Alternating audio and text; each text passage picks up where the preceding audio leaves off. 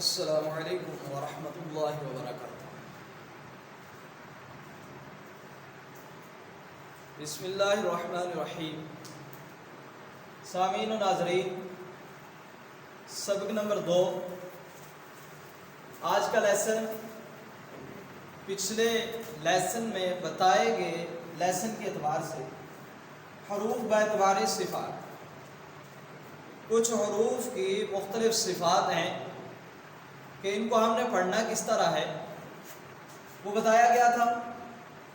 تو lesson start کرتے ہیں ہم تعوذ اور تسمیہ سے۔ تعوذ اور تسمیہ کو کس طرح پڑھنا ہے اس کی ہم پریکٹس کرتے رہیں گے۔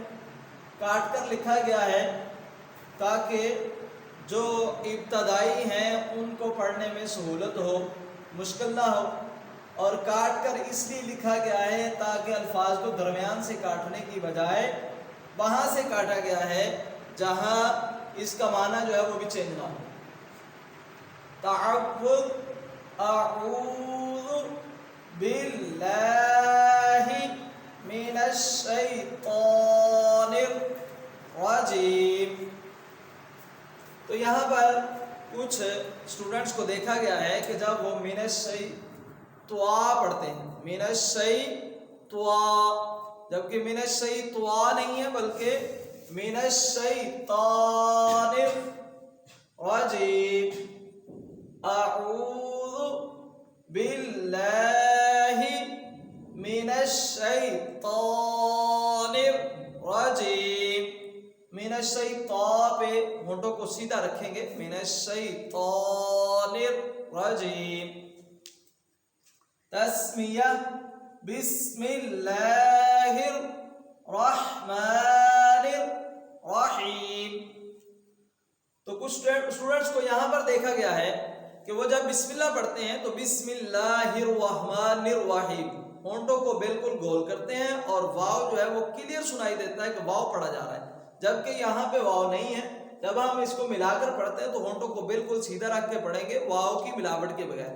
بسم اللہ الرحمن الرحیم، را کو موٹا کرنے کے لیے واو کو پڑھ لیتے ہیں، یعنی ہونٹوں کو گول کر دیتے ہیں واو کو موٹا کرنے کے لیے، جبکہ ایسا کرنے سے غلط ہو جاتا ہے۔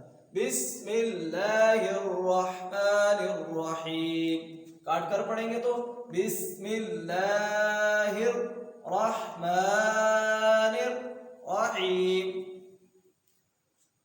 تو سب سے پہلے موٹے حروف، اس کی ہم مشق کریں گے، اس کی پریکٹس کریں گے۔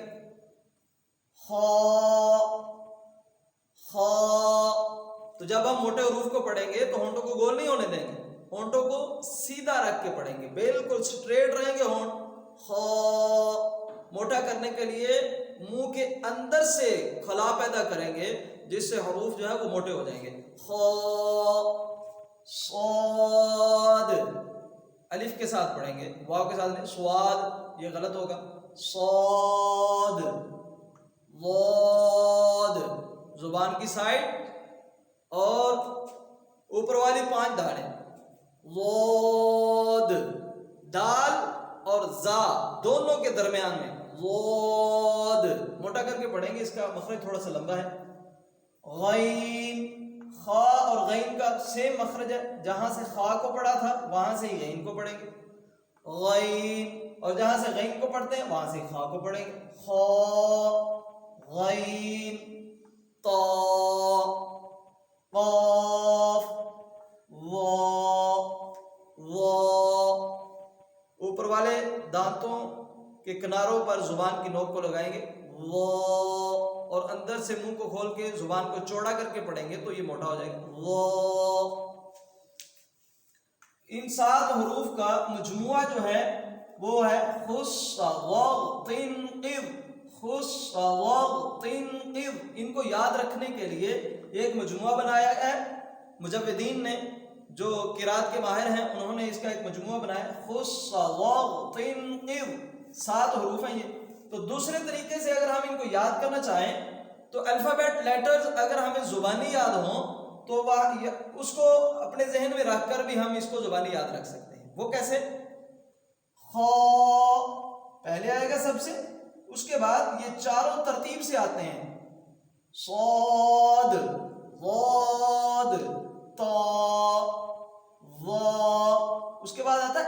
اس کو ہم چھوڑ دیں گے. اس کے بعد آتا غین، غین کو پڑھ لیں گے. فا اس کو چھوڑ کے قاف، خا صاد ضاد طا وا غین قاف. یہ الفابیٹ لیٹرز کی ترتیب کے لحاظ سے اور یہ اس مجموعے کے اعتبار سے. آگے چلتے ہیں ہم سیٹی والے حروف. زا زا سین صاد. سیٹی والے حروف کتنے ہیں؟ 3. پریکٹس سے یعنی کہ دانتوں کو بند رکھیں گے. زا زبان کی ٹیک لگائیں گے دانتوں کے ساتھ، منہ کھلنے نہیں دیں گے.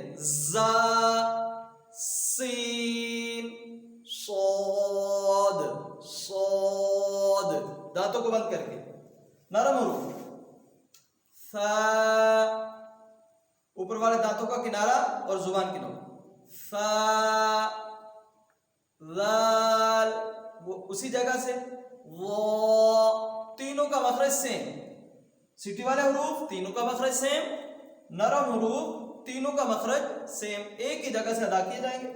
حروف قلقلہ یہ یاد کرنے کے اعتبار سے تو کریں گے ہم یاد، لیکن جب ان کی پریکٹس کی بات آتی ہے جو وہ ہم بعد میں جب ان کی باری آئے گی تو اس لیکچر میں ہم ان کے اوپر گفتگو کریں گے ساکن حروف والے چیپٹر میں جا کر.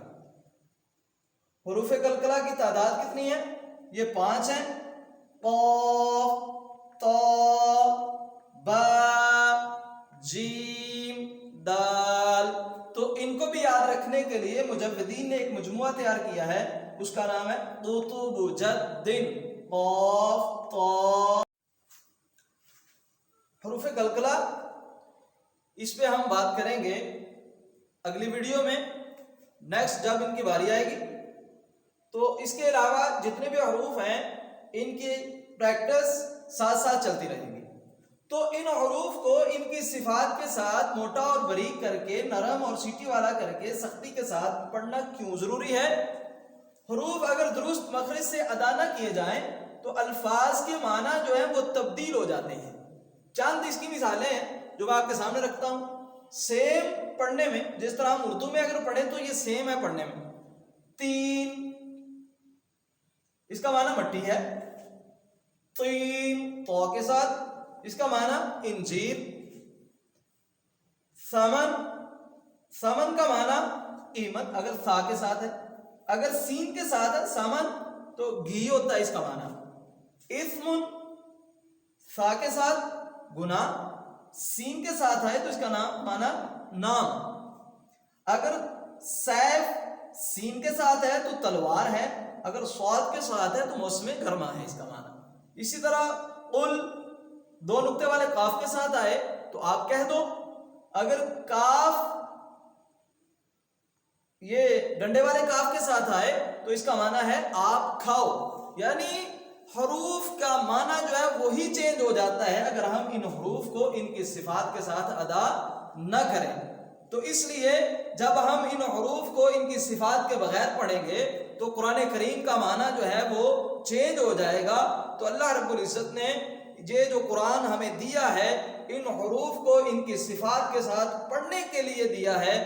اللہ رب العزت نے جو قرآن کریم میں فرمایا اِنَّا نَحْنُ نَزَّلْنَا الذِّكْرَ وَإِنَّا لَهُ لَحَافِظُونَ.